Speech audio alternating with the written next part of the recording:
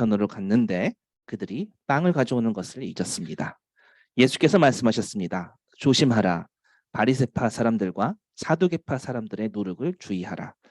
그들은 자기들끼리 우리가 빵을 두고 와서 하시는 말씀인가 보다 하여 수군거렸습니다. 예수께서는 그들이 수군거리는 것을 알고 물으셨습니다. 너희 믿음이 적은 자들아, 왜 빵이 없는 것을 두고 말하느냐? 너희가 아직도 깨닫지 못하느냐? 빵 5개로 5,000명을 먹이고 몇 바구니나 모았는지 기억나지 않느냐? 빵 7개로 4,000명을 먹이고 몇 바구니나 모았느냐? 내가 땅을 두고 말하는 것이 아님을 너희는 어찌 깨닫지 못하느냐? 바리새파 사람들과 사두개파 사람들의 노력을 주의하라. 그때야 그들은 빵의 노력이 아니라 바리새파 사람들과 사두개파 사람들의 가르침에 대해 주의하라고 하시는 예수님의 말씀을 알아차렸습니다. 예수께서 가이사랴 빌립보 지방에 이르러 제자들에게 물으셨습니다. 사람들이 인자를 누구라고 하느냐? 그들이 대답했습니다. 침례 요한이라고도 하고 엘리야라고도 하고 예레미야나 예언자 중 한 분이라고 하는 사람도 있습니다. 그러면 너희는 나를 누구라 하느냐? 예수께서 물으셨습니다. 시몬 베드로가 대답했습니다. 주는 그리스도이시며 살아계신 하나님의 아들이십니다. 예수께서 대답하셨습니다. 요나의 아들 시몬아, 내가 복이 있도다. 이것을 내게 계시하신 분은 사람이 아니라 하늘에 계신 내 아버지시다. 그리고 내가 너에게 말한다. 너는 베드로다. 내가 이 반석 위에 내 교회를 세울 것이니 지옥의 문들이 이것을 이길 수 없을 것이다. 내가 내게 하늘나라의 열쇠를 줄 것이다. 무엇이든 내가 땅에서 매면 하늘에서도 매일 것이요 네가 땅에서 풀면 하늘에서도 풀릴 것이다. 그 후에 예수께서는 제자들에게 자기가 그리스도이심을 아무에게도 말하지 말라고 당부하셨습니다. 그때부터 예수께서는 자신이 마땅히 예루살렘에 올라가서 장로들과 대제사장들과 율법학자들의 손에 많은 고난을 당해야 할 것과 죽임을 당했다가 3일 만에 다시 살아나야 할 것을 제자들에게 드러내기 시작하셨습니다. 그러자 베드로는 예수를 붙들고 거칠게 소리 높였습니다. 주여, 절대로 안 됩니다. 그런 일이 주께 일어나서는 절대 안 됩니다. 예수께서 베드로를 돌아다보며 말씀하셨습니다. 사탄아, 내 뒤로 물러가거라. 너는 나를 넘어뜨리는 걸림돌이다. 내가 하나님의 일은 생각하지 않고 사람의 일만 생각하는도다. 여기까지 읽겠습니다. 네, 오늘 제목은 베드로의 신앙 고백입니다. 제가 잠시만 이거를 좀 쓸게요. 네,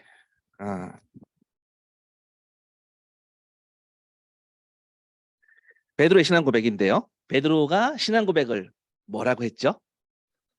네, 어떻게 신앙 고백했죠? 베드로가 주는 그리스도시요. 네, 살아계신 하나님의 아들이십니다. 자, 이렇게 고백했더니 예수님께서 말도 안 되는 축복을 적어도 3가지를 선포하세요. 뭐라고 선포하시죠? 첫 번째, 요나의 아들 시몬아, 바요나 시몬아. 여기서 바라는 말은요, 아람어로 히브리어로 그 아들이란 뜻이에요. 그러니까 요나의 아들 시몬아, 내가 복이 있다. 자, 이것을 내게 계시하신 분은 사람이 아니라 하늘에 계신 내 아버지. 너 하나님께서 알려주셔서 그리스도가 예수가 누군지 알게 해주신 거야. 하나님이 너의 영혼에, 너의 마음의 문을 열어주셨어. 어마어마한 축복을 선포하십니다. 두 번째, 18절에 또 뭐라고 주님이 어마어마한 축복을 선포하시죠? 너는 베드로다 그러죠. 네, 베드로다. 페트로스. 이게 페트로스가 바위라는 뜻이에요. 그러니까 페트로스가 그러니까 큰 바위는 아닌데 작은 바위를 얘기합니다. 페트로스. 그리고 너의 이름은 페트로스니 내가 이 페트라 위에 페트라 같은 어원인데요. 반석을 그러니까 돌을 큰 반석으로 삼겠다는 거죠. 이 페트라 위에 참고로 우리 소미자매의 영어 이름이 페트라였었는데 지금은 잘 안 쓰고 있습니다만 어쨌든 네, 내가 복이 있도다 하시면서 너는 페트로스야. 내가 이 페트라 위에 내 교회를 세울 것이다. 내 교회를 세운다. 그리고 교회를 세우는데 이 교회들의 힘이 지옥의 문들조차 감당할 수 없을 만큼 큰 권세를 갖고 있다. 네, 이렇게 하죠. 그리고 또 세 번째, 오늘 이걸 좀 중심적으로 보려고 하는데요. 하늘나라의 열쇠, 천국의 열쇠를 줄 것이다. 여기서 내가 네 개라는 것은 이제 교회를 뜻합니다. 베드로가 교회를 지금 대표해서 지금 듣고 있는 거예요. 하늘나라의 열쇠를 줄 것이다. 무엇이든 내가 땅에서 매면, 땅에서 잠가버리면 하늘에서 잠글 것이고, 땅에서 풀면, 열쇠로 풀면 하늘에서 풀릴 것이다. 지금 이게 뭔가요? 지금 사실은요, 베드로는 그리스도시요, 주는 그리스도시요, 예수는 그리스도시요, 살아계신 하나님의 아들입니다 라고 그냥 간단하게 심플한 대답을 했는데, 사실은 베드로의 신앙 고백이 위대하기보다 예수님의 반응이 참 위대해요. 어떻게 보면요, 베드로는 그렇게 대단한 고백한 것 같지는 않은데 그걸 예수님이 대단하게, 아주 위대하게 받아들이십니다. 천국의 열쇠를 준다. 이게 무슨 말일까요? 무슨 말일까요? 나 같은 사람이 천국의 키를 들고 있다? 교회가 천국의 키를 쥐고 있다? 우리가. 여기서 그 열쇠는요, 헬라어로 복수로 나와 있어요. 열쇠들이에요. 그래서 열쇠를 베드로 한 사람한테 주는 것이 아니라 그 교회들에게 주시는 거예요. 정말 어떤 축복일지 그냥 우리 아까 가사처럼 그저 상상할 뿐이에요. 사실 그 정도의 축복은요, 여러분들 곰곰이 생각해 보면 너무 놀라운 축복이거든요. 하늘나라의 열쇠를 우리에게, 교회에게 주신다. 이 어마어마한 복이 무엇인지 오늘 같이 상상해 보려고 해요. 오늘 이거를 저랑 같이 상상해 봤으면 좋겠습니다. 정말 하나님의 영광에 압도된다라는 것이 무엇인지 오늘 같이 상상해 봤으면 좋겠습니다. 자, 이 상상의 출발점은 어디서 출발해야 되냐면요, 나의 현재 상황, 나의 현재 위치, 내가 얼마나 하나님을 바라보지 못했었던 맹인이었는지, 거기에서 출발하는 거예요. 자, 출발점은 어디라고요? 우리가 맹인 되었었던 그 시절에서 출발하는 것입니다. 저 눈 잘 보이는데요? 그런 우리 눈 말고요. 영적인 눈이, 우리 마음의 눈이 닫혀서 예수님을 못 봤을 때, 그때를 하자는 거죠. 예수님을 모르면 성경에 의하면 우리의 인생은 소망이 없다고 합니다. 그리고 예수님을 안다고 해도 그 신앙 고백이 어쩌면은 그냥 모래 위에 세운 집 같아요. 반석 위에 세운 집이 아니라. 왜죠? 우리가 예수님 믿는다고 해도 자꾸 실패하고, 자꾸 무너지고, 자꾸 넘어지고 그래요. 두려워서 맨날 떨고 약한 모습을 보여요. 그래서 이 고백은요, 베드로의 신앙 고백이 위대한 것이 아니고요, 이 약하디 약한 고백을 주님께서 위대하게 받은 것이, 그게 중요한 겁니다. 주님은 어떻게 복을 주셨죠? 이를 내게 알게 한 이는 주는 그리스도시요 살아계신 하나님의 아들이다라는 것을 알게 하신 분이 베드로가 아니라 베드로의 마음 문을 여신 하나님이다, 아버지시다 그럽니다. 그리고 그 복이 얼마나 어마어마한 복인지를 알려주시고요, 간단한 예를 뭐라고 드시죠? 지옥의 문들이 이길 수 없다. 부셔버린다라는 거예요. 쉽게 말해서 지옥의 문들을 부셔버리는 엄청난 파워라는 거예요. 천국의 열쇠를 줄 것이다. 사실 이게 우리는 잘 그려지지 않습니다. 그런데 어디에서 출발하면 좋냐면요, 우리는 그것을 소망할 수 있는 존재가 아니었어요. 원래 거기에서 출발합니다.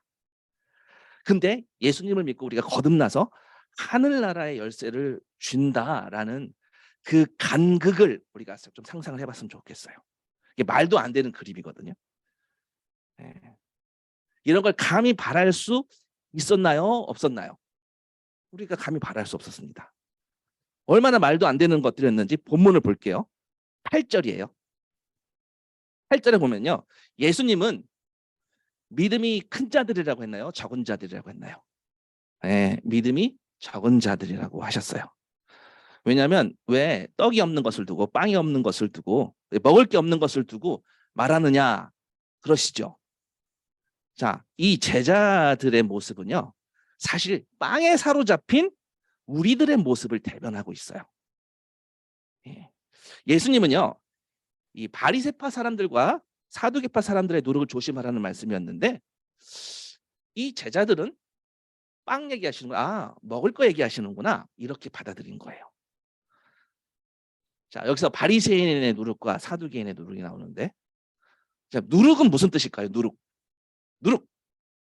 누룩이 뭘까요? 여러분들 좋아하는 그 술이 있죠.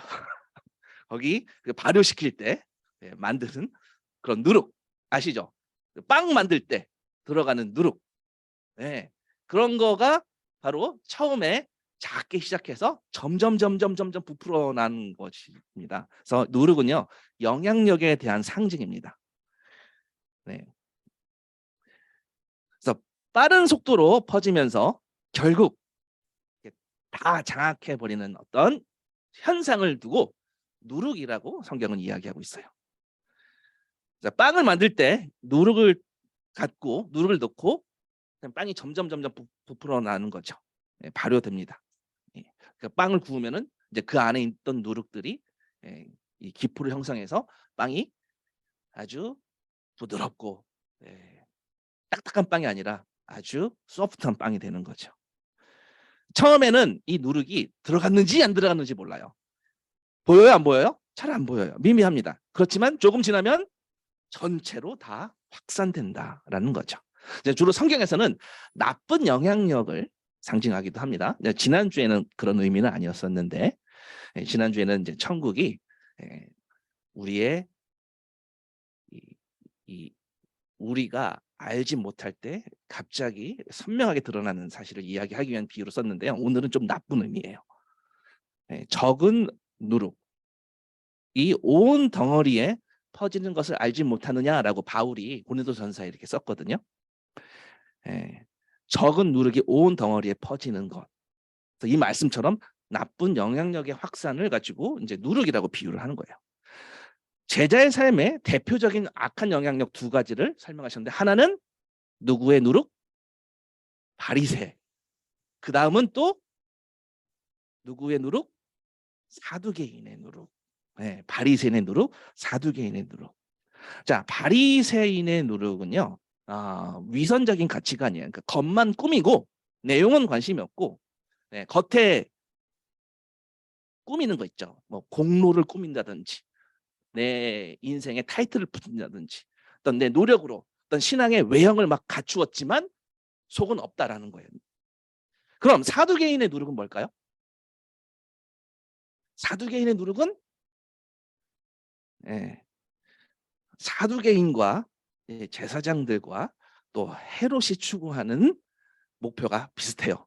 뭐냐면 이 땅에 물질적이고 향락적인 세상 가치관을 쫓아요.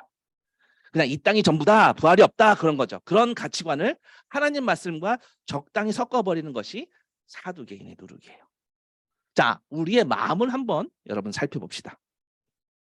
이런 누룩들이 들어와 있는지 한번 살펴보세요. 혹시 바리새인의 누룩이 내 마음속에 있나? 혹시 사두개인의 누룩이 내 마음속에 있나? 한번 살펴보세요. 여러분, 지난 한 주간 어떤 마음을 가지고 한 주간을 지내 보셨나요? 어떤 것을 소망하고 내 마음속에 무엇을 소원하셨는지 질문 드립니다. 무엇을 소망하셨어요? 한 주간. 뭐 여러 가지 여러분들의 뭐 필요한 것들, 뭐 경제적인 필요도 있었을 테고, 어떤 미래의 목표도 있었을 테고, 또 뭐 새 학기가 됐으니까 또 여러 가지 또 새로운 소망들이 생겼겠죠. 자, 사람은요, 자기가 무엇을 원하든지 결국 그 원하는 것의 종이 돼요. 다시요. 사람은 내가 소원하고 쟁취하고 뭔가 목표하는 게 있을 때 결국에는 그렇게 가다가 결국에는 마지막에는 그 원하는 것의 종이 돼요. 그리고 내 삶이 거기에 휘둘려요. 여러분들 마음에 돈을 소원하고 또 갈망하면요. 처음엔 막 그렇지 돈 버는 재미가 쏠쏠해요. 좋습니다. 재밌습니다.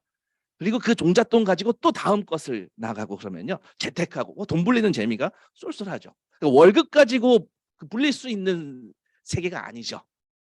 그런데 그렇게 하다가 내가 돈을 버는 것 같지만 내가 돈을 더 소유하는 것 같지만 실상은 소유당해요. 돈이 나를 잡아먹는다라는 얘기를 많이 듣습니다. 그래서 내가 원하는 것에 종이 됩니다. 돈뿐인가요? 우리가 원하는 게 어떤 것이든 원하는 것에 종이 되는 게 너무나 많습니다. 그 원함을 하나님의 말씀과 딱 섞어서 믹스업 시켜서 우리가 성경 말씀을 본다면 그것이 사두개의 누룩이에요. 그런 세상의 돈의 어떤 향락적인 가치관을 그대로 갖고 교회 안에서 예수의 이름으로 기도하고 추구하는 것, 그것이 바로 사두개인의 누룩입니다. 어제 우리 소미자매가 들어보라는 노래가 하나 있어서 들어봤는데 소미자매는 제 반응이 어떤가 되게 궁금했대요. 그 노래를. 가사 내용은 좀 방송 심의에 부적절한 내용이 많아서 제가 그걸 다 얘기할 수는 없습니다. 소개할 수는 없지만 그리고 거의 19금 가사예요. 근데 이 노래를 부르는 아티스트가 드러내고 있는 교회의 모습이 있었거든요. 정말 사두개인의 누룩에 제대로 놀아나고 있는 토 나오는 교회의 모습이었어요.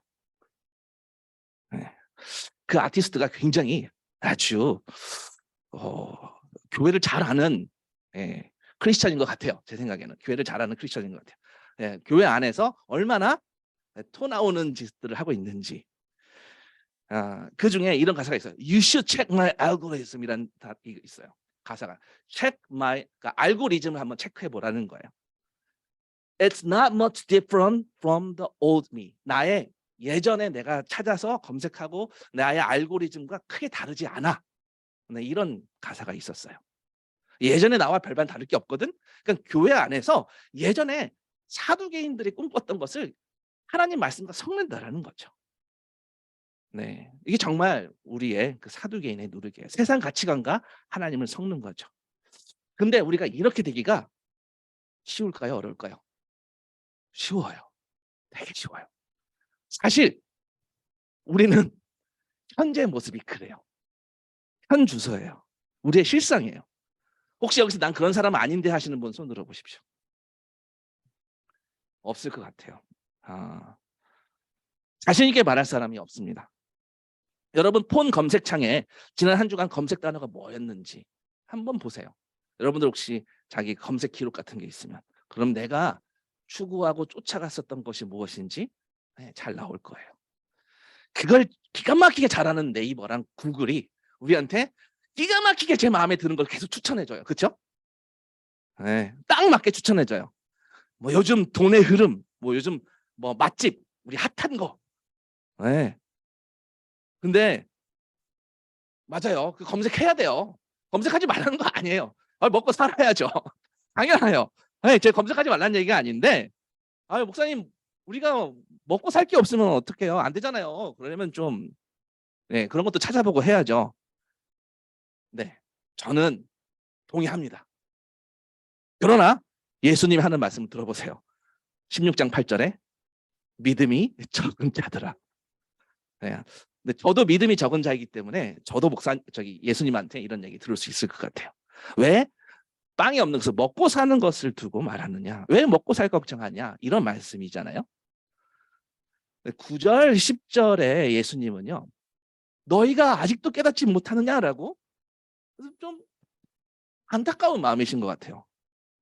빵 5개로 5,000명을 먹였고 그리고 몇 바구니가 남았는데 기억 못해?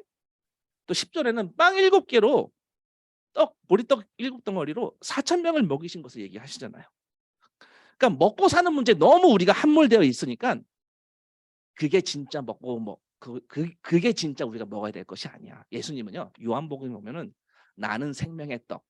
예수님이 모든 예, 우리 모든 삶의 주식이라는 거예요. 우리의 그러니까 그 주식 말고요. 메인 푸드. 네. 그 주식 말고요. 예. 모든 우리의 삶의 주식 메인 푸드이 예수님이라는 거예요. 우리는 참 먹고 사는 문제 함몰되어서 또 잡아먹겠어. 네, 결국에는 우리가 먹고 사는 문제 해결한 것 같고 또 번 것 같고 그렇지만 결국에는요 거기에 함몰되어서 조종당할 수 있다는 말씀이에요. 또 두 번째로 우리의 모습은요 늘 은혜를 기억하지 못한다고 하세요. 자, 얼마 전에 기적 같은 일을 보여주셨는데 또 내가 먹고 사는 걱정할 때가 있거든요. 네. 사실은요 먹고 사는 문제를 아주 심각하게 골몰에 있었던 그런 우리를 끄집어내서 하나님의 은혜를 맛보게 해주세요. 여러분들 그런 은혜 맛본 적 있으시죠? 근데 그 은혜가 오늘 기억이 나요, 안 나요? 안 날 때가 있어요. 네, 나를 은혜로 채워주시고 나를 이끌어주시고 인도하신 건 너무 잘 알겠는데 오늘 그게 기억이 안 날 때가 있어요. 또 헤매요. 왜죠? 네, 정확히 말하면 사실 은혜 받고 우리 새로운 삶을 살고자 하는 우리의 원함은 있는데 그렇게 살지 않아요. 바울이 로마서 7장 15절에 내가 행하는 것을 알지 못하노니 곧 내가 원하는 것을 행하지 아니하고 도리어 미워하는 것을 행함이라 이렇게 얘기하거든요. 그러니까 자기 자신도 내가 이해가 안 간다라는 거예요. 은혜 받고 새 삶을 살고 싶고 그런 원함은 있는데 행함이 없다라는 거죠. 왜일까요? 우리가 정상이어서 아니면 고장나서. 고장난 존재라는 거예요. 우리는 고장났어요. 알지만 안 돼요. 그 은혜 기억이 안 나요. 기억하고 싶은 그런 마음이 있는데 행함은 다른 판으로 나와요. 5천 명을 먹이신 은혜, 4천 명을 먹이신 은혜, 그 먹고 사는 문제의 해답이 예수께 있다는 걸 알았는데 그 은혜를 벌써 잊어버렸어요. 그리고 이게 빵 얘기구나. 주님은 바리새인의 누룩과 사두개인의 누룩 얘기를 했는데 늘 먹고 사는 문제에 가득 차 있으니까 이게 또 먹고 사는 빵 얘기구나 라고 합니다. 늘 우리의 머릿속은 그런 누룩으로 오염되어 있어요. 왜 오염돼요? 왜 우리가 늘 오염되어 있죠? 우리의 원래 속성이 사실 사두개인의 누룩을 원해요. 우리의 원래 속성이 바리새인의 누룩을 우리가 원해요. 그리고 새 속성인 예수님의 마음, 하나님 나라의 가치관 이런 걸 원하는 마음은 있는데 고장난 우리 속성은 결국 누룩을 쫓아가요. 큰 문제가 뭘까요? 이렇게 고장나 있는지도 모르고 계속 달려요. 고장난 자동차가 고장난지도 모르고 계속 달리면 어떻게 되죠? 사고가 나죠. 네, 죽을 수도 있어요. 멈춰야 해요. 멈춰서 뭐가 고장났는지 봐야 돼요. 근데요, 내 주위를 돌아보면요, 사람들이 아무도 안 멈추고 계속 전속력으로 달려가는 거예요. 가만히 있으면 나만 뒤처지는 것 같아요. 나를 막 추월해서 가고 저 앞에 가고 있고 나만 뒤처져 있는 것 같아요. 그런 마음 듭니다. 주변에 잘 나가는 사람들 얘기도 막 들리고 지인들 막 인스타 보면은 우와 나는 언제 저렇게 따라갈 수 있을까? 괜히 자신이 막 초라해 보이고 난 늦은 것 같고 내가 지금 내가 이 길을 잘못 선택했나? 뭐지? 하면서 막 고민도 하고 남들은 벌써 다 막 성공도 이루고 했는데 아직 나는 시작도 못하고 그런 생각 들지요. 그런 생각 듭니다. 그래서 멈추질 않아요. 계속 만회하려고 빨리 나아가고자 해요. 여러분 잠깐 멈추셔도 돼요.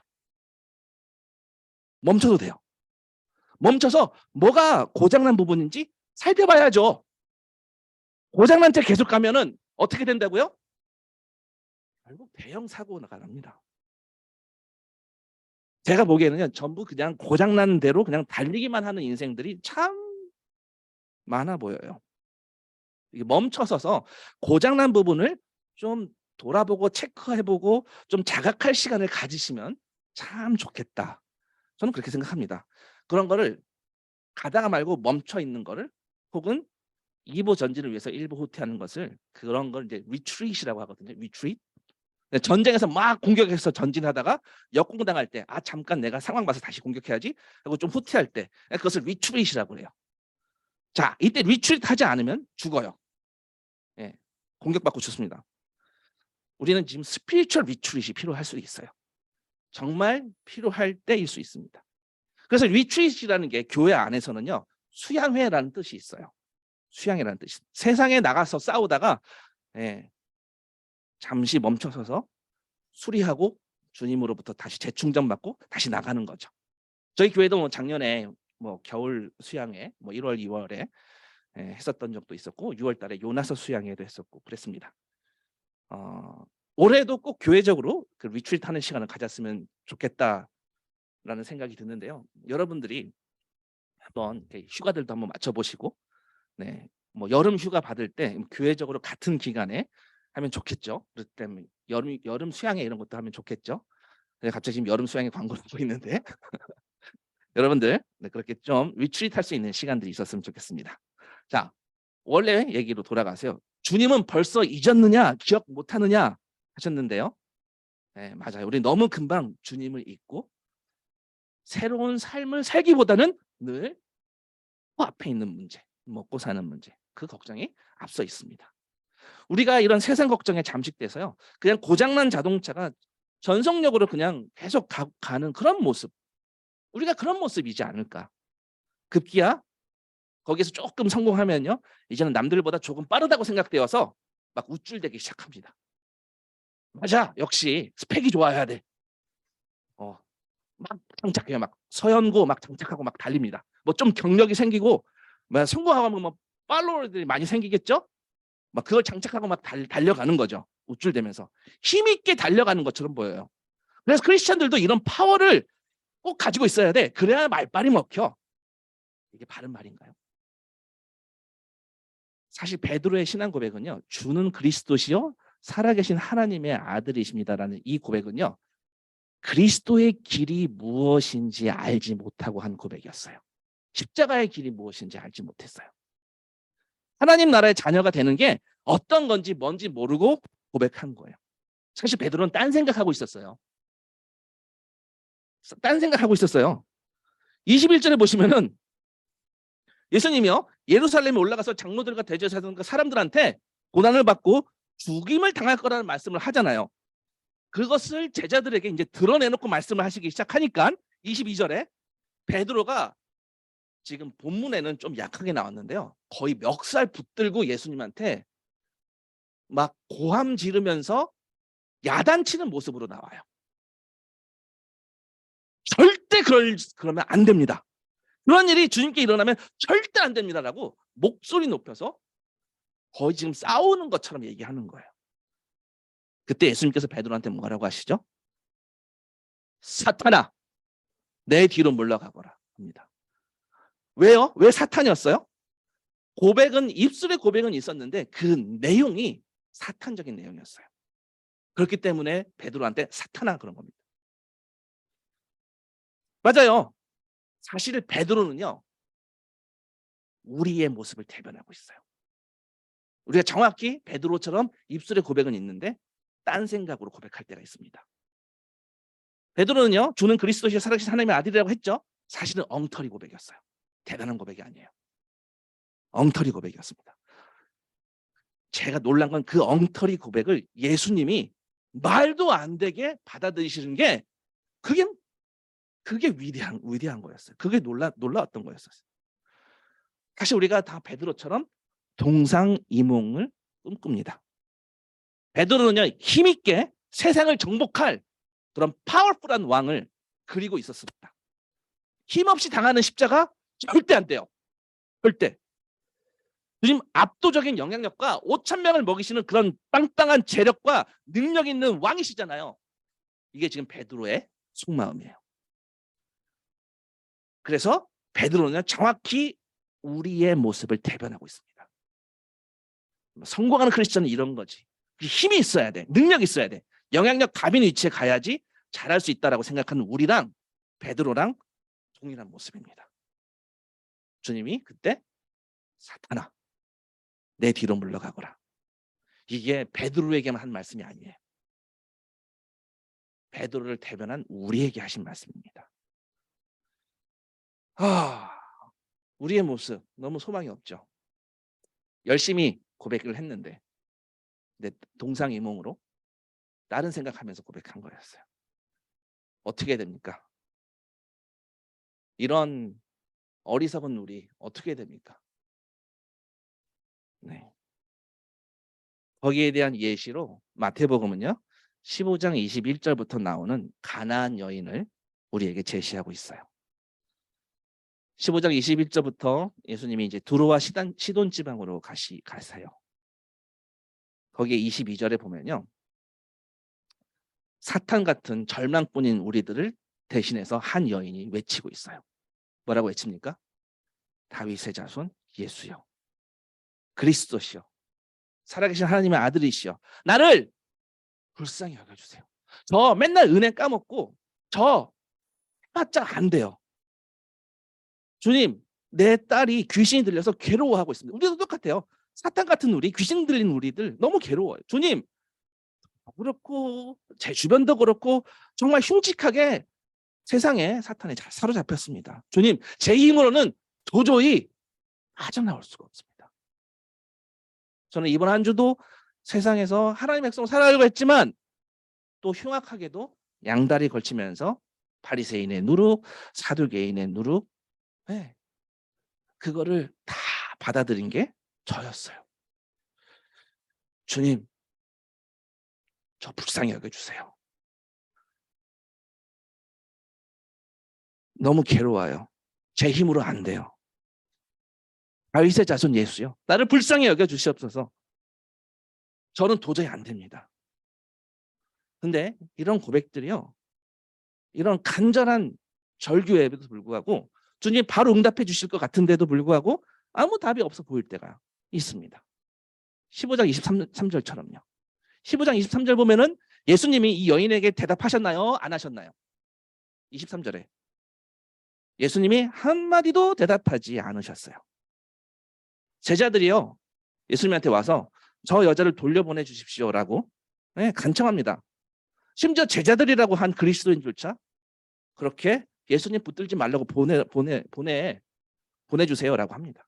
그렇게 교회 하지 말고 차라리 그냥 원래 살던 대로 돌아가라고 하는 것처럼 느껴질 때가 있지 않냐는 말씀이에요. 23절에 제자들이 예수님한테 가나안 여인을 가게 하시라고 간청한 것처럼요. 너무 소망이 무너지는 순간입니다. 근데 이럴 때 진짜 답답한 거는요, 주님이 아무 답이 없으실 때 심지어 어떤 생각까지 드냐면 혹시 예수님이 내 목자가 아니신가? 그런 의심도 들 때가 있습니다. 나는 예수님의 양이 아닌가? 이런 극심한 의심도 들 때도 있어요. 정말 그 의심 때문에 내 영혼이 비트로 말라지고 막 고갈되어지고, 여러분 그럴 때 있었지 않았는지. 마치 15장 24절에 예수님께서 뭐라고 얘기하시냐면 나는 오직 이스라엘 집에 길을 잃은 양들에게 보내심을 받았을 따름이다. 그럼 나한테는 왜 이러시나요? 내가 이스라엘 집의 양이 아니구나. 그런 생각이 들지 않냐는 거죠. 주님이 나에게 너는 내 양이 아니야라 하신 것 같은 그런 심정, 그런 생각도 든다는 말이에요. 대답이 없으셔서. 이 고통 가운데 어떻게 해야 되겠냐는 거죠. 계속 보면 25장 25절에 그래도 그 여자가 계속 예수님께 와서 무릎 꿇고 주님, 나를 도와주세요 라고 간청해요. 이게 뭐예요? 주님, 이런 거예요. 맞아요. 저 하나님 집에 들어갈 수 있는 사람이 아니에요. 하나님 집에 들어갈 수 없는 사람이에요. 그래도 다른 데다가 간청할 데가 없어요.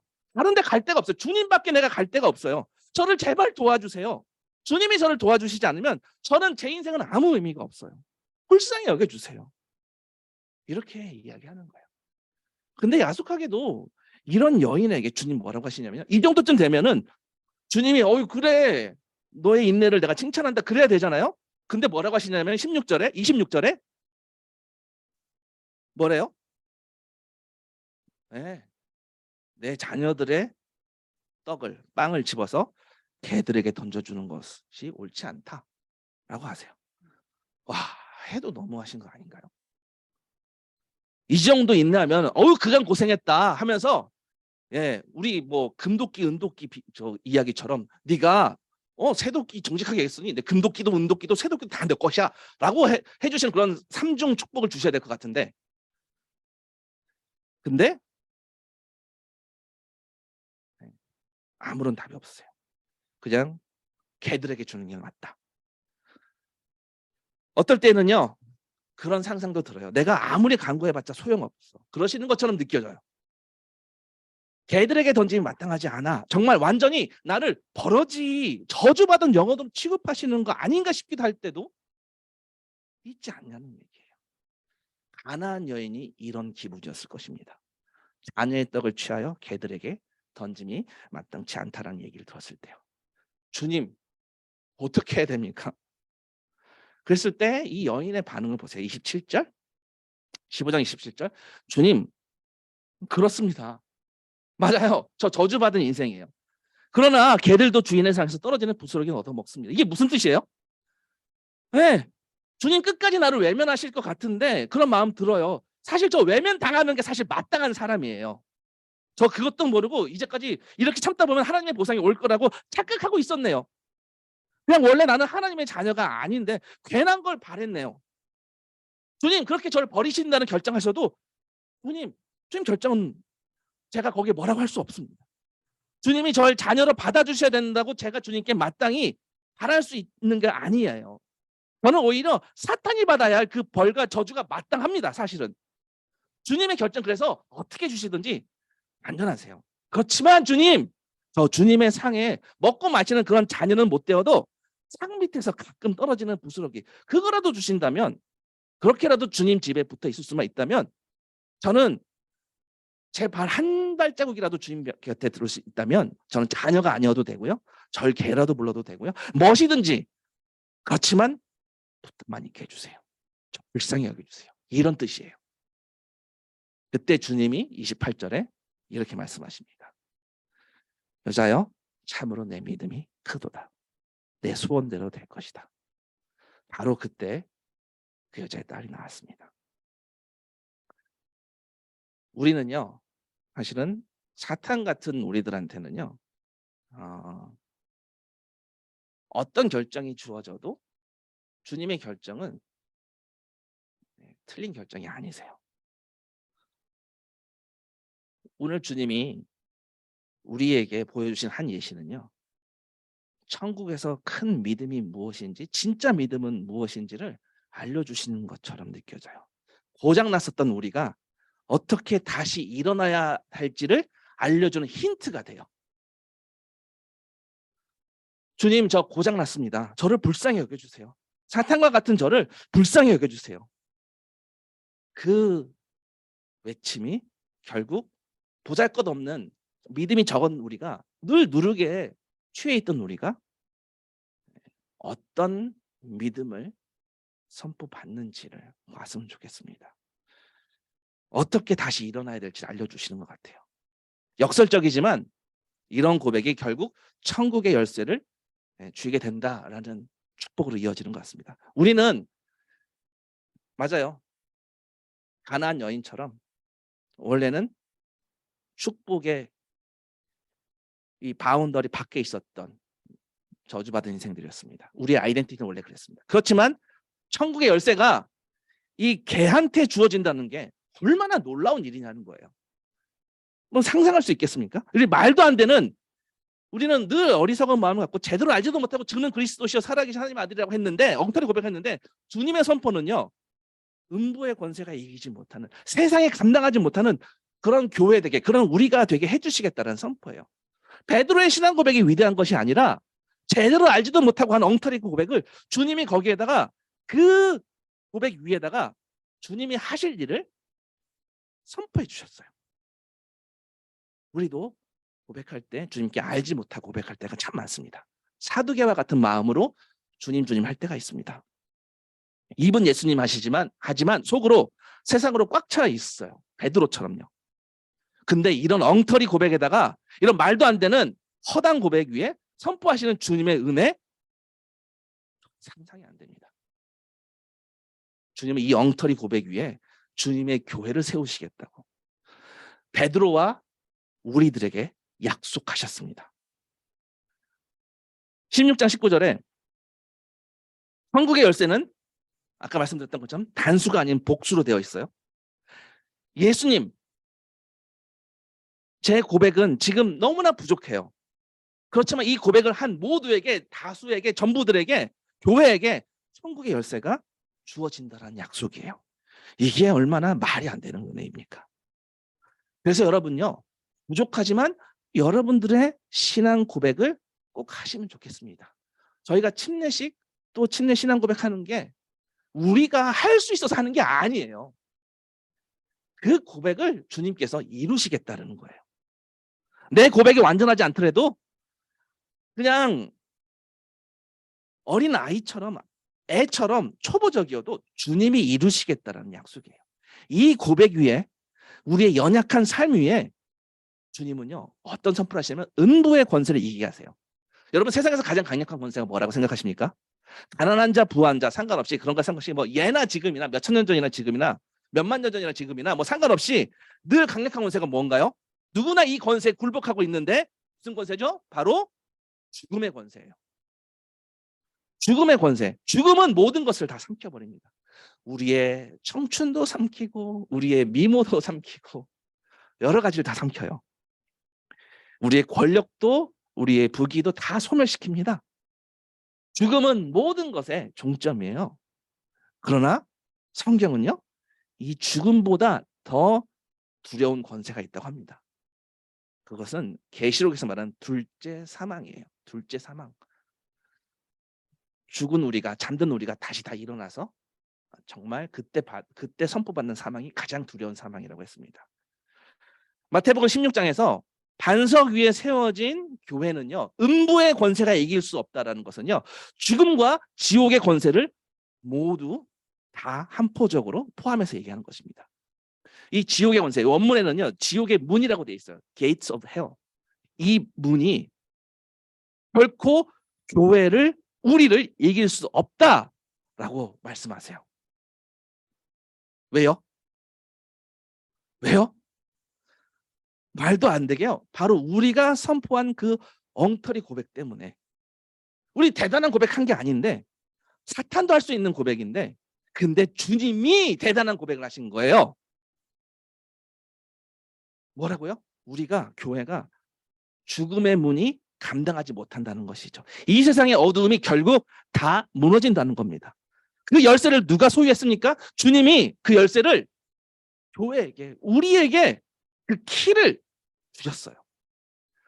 사망과 음부의 열쇠는 더 이상 세상에 속한 것이 아니라 죽음을 이기고 부활하신 그리스도가 갖고 계십니다. 이미 죽으셨고 다시 살아나셨습니다. 죽음을 두려워할 필요가 없는 분께서 이제 영원토록 살아계셔서 지금도 그분은 우리에게 이 천국의 열쇠를, 이 모든 것을 여는 열쇠를 맡기십니다. 당신의 백성을 일으키시고 죽음과 지옥과 이 땅의 어두움을 뚫게 만드세요. 전진하게, 교회가 전진하게 만드십니다.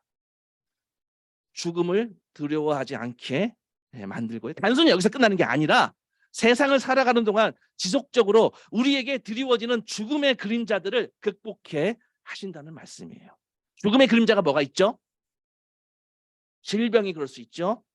우리의 불안감, 공포심, 낙담, 좌절, 절망, 두려움, 이런 죽음의 그림자를 극복해 한다는 거죠. 그래서 우리가 사망의 음침한 골짜기를 걸을지라도, 지금 내가 나락으로 떨어져 있을지라도 당할 해를 두려워하지 않는 이유입니다. 그래요. 우리 천국의 소망이, 이 천국의 열쇠를 주고 있는 이 소망이 우리로 하여금 이 죽음의 그림자를, 그 권세를 이기게 하신다라는 거예요. 16장 19절에 내가 내게 하늘나라의 열쇠를 줄 것이다. 천국의 열쇠를 줄 것이다. 무엇이든지 내가 땅에서 매면 하늘에서도 매일 것이요, 내가 땅에서 풀면 하늘에서 풀릴 것이다. 이 말씀은요, 단순히 우리가 천국에 들어간다, 그 들어가는 열쇠를 갖고 있다, 이 얘기가 아니에요. 이 열쇠를 가진 자는요, 땅에서부터 그 권세를 행사할 수 있다라는 거예요. 이제 나에게 시작된 이 새로운 삶의 축복이, 하나님 나라의 이 빛나는 모습이 이 땅에 닫힌 곳들을 여는 문이 된다라는 거예요. 내 이웃의 문을 열기 시작한다라는 겁니다. 계시록 3장에는 빌라델비아 교회에게 주님이 이렇게 말씀하시고 계세요. 거룩하신 분, 참되신 분, 다윗의 열쇠를 가지고 계신 분, 여시면 닫을 사람이 없고 닫으시면 열 사람이 없는 그분이 말씀하신다라고 선포하세요. 주님은요, 우리가 한 엉터리 고백, 엉터리라는 거 다 알고 있어요. 근데 이 연약한 고백 위에 주님이 이루실 일들을 선포하세요. 그래서 우리가 가는 것이 아니라 주님이 하시겠다는 주님의 작정이신 거예요. 그 주님의 이 작정 때문에 복음의 문이 닫힌 내 이웃들에게 나아가고요. 그들의 천국의 삶을 또 우리를 통해서 열어주시는 거예요. 그 권세를 땅에서부터 오늘 내 이웃과 내 가족과 내 주변 사람들에게 행할 수 있도록 주님께서 이끌어 주신다는 겁니다. 심지어 나랑 원수된 자한테도요. 척진 자들에게도요. 으르렁거리던 증오로 가득 찬 나를, 부족한 모습인 나를, 그래서 정말 속은 사탄으로 꽉 찼던 우리를 자녀라고 삼으셨던 것처럼 나랑 원수진 자들도 결국 화해하고 용서하고 서로 사실 순한 양처럼 천국에서 그렇게 기쁨을 누리게 될 거야. 이런 축복이기도 합니다. 이것이 이 땅에서 메인 것을 푸는 천국의 열쇠를 쥔 자들의 모습이지 않을까 합니다. 말씀 마칩니다. 주님은요, 하나님 나라의 열쇠를 우리에게, 교회에게 맡기셨습니다. 천국 문을 열고 이 땅에 닫힌 곳들을 풀게 하시고요. 죽음의 그림자들을 무너뜨리게 하시고 영광의 주님 앞에 서는 그날, 바로 그날을 소망토록 문을 열어주십니다. 그래서 우리는 그날을 소망합니다. 그날은요, 언제부터 열립니까? 여러분, 오늘부터 열리고 있습니다. 왜요? 우리는 엉터리 고백했습니다. 연약한 고백했습니다. 그러나 그 고백은 연약하지만 주님 오늘 이루어 가실 주님의 고백을 생각해 볼 때 우리는 지금 부족하지만 온전하게 될 그날을 상상할 수 있게 됩니다.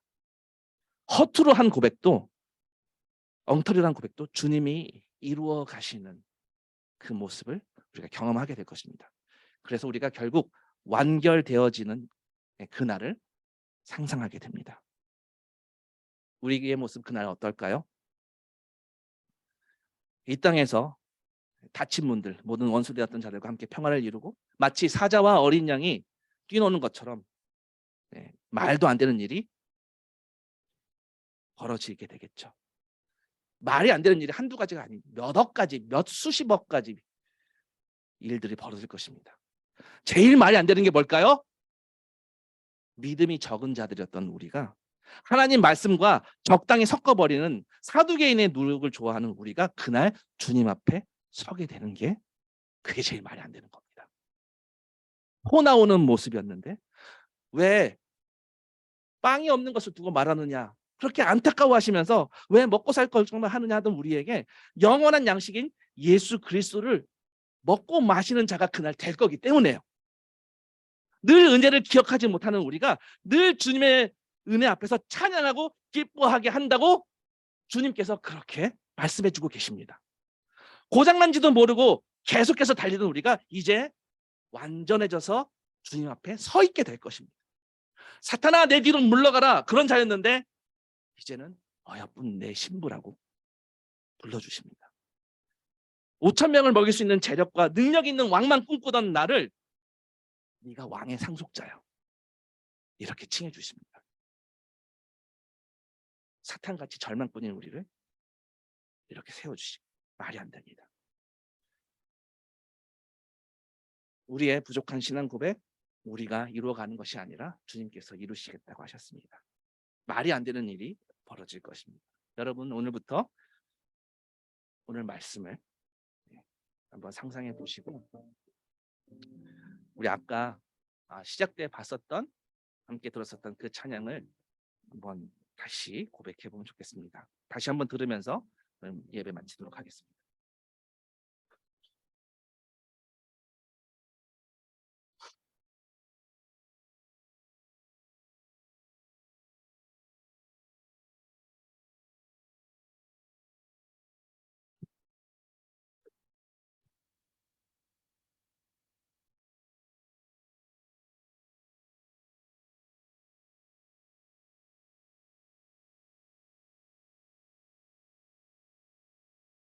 뿐이지.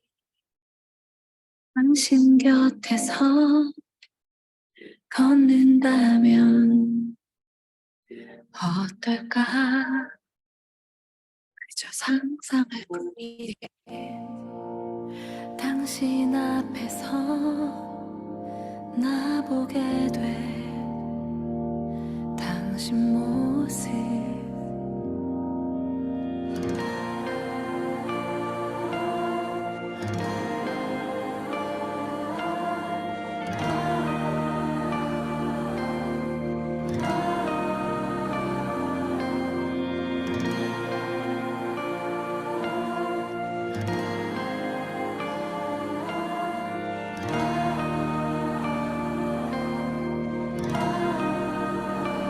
그저 상상일 뿐이지.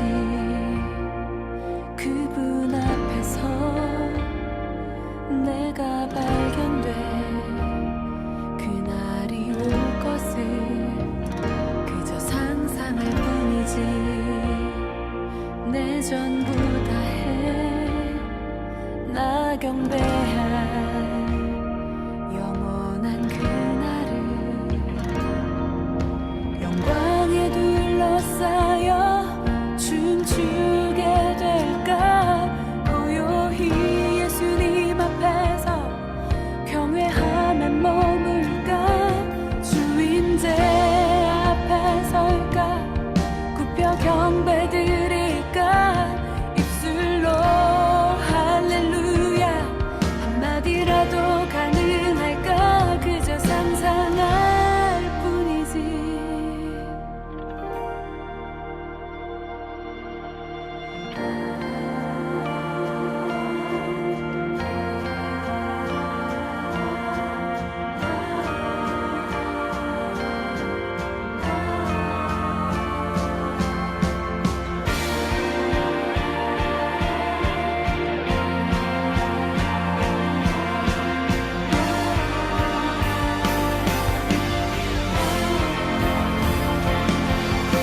영광에 둘러싸여 춤추게 될까.